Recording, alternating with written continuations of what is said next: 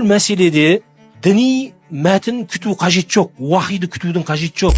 Біздің проблемамыз мына мұсылмандардың проблемасы. Барлық жағдайға уахи күтіп отырамыз да, біз Құран не дейді, хадис не дейді. Ол қате.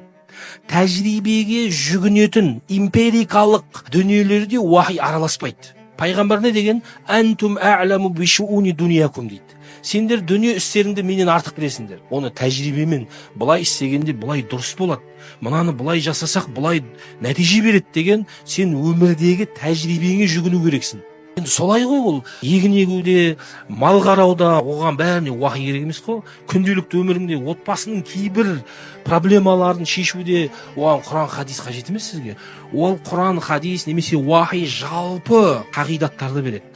А бірақ ары қарай соны іс жүзінде жүзеге асыру ол біздің ісіміз. Шариғат әуретіңді жап деді, болды. Немен жабасын, ол өзіңе қалдыр. Ақ, қара, қызыл, ұзын, ұлттық киім, немесе профессияға қарай киім, оны өзің қарайсың. Детально дін араласпайды. Детально оны өзіңе қалдырады. Ақылыңа, тәжірибеңе, салтыңа, дәстүріңе, ортада қалыптасып қалған құндылықтар бар, ережелер бар. Өйткені әркімнің табиғаты әртүрлі, 8 миллиард адам, 8 миллиард түрлі. Әркімнің өзінің түсінігі бар, қабілеті бар, мүмкіндіктері бар. Соған қарай жұмыс жасайды.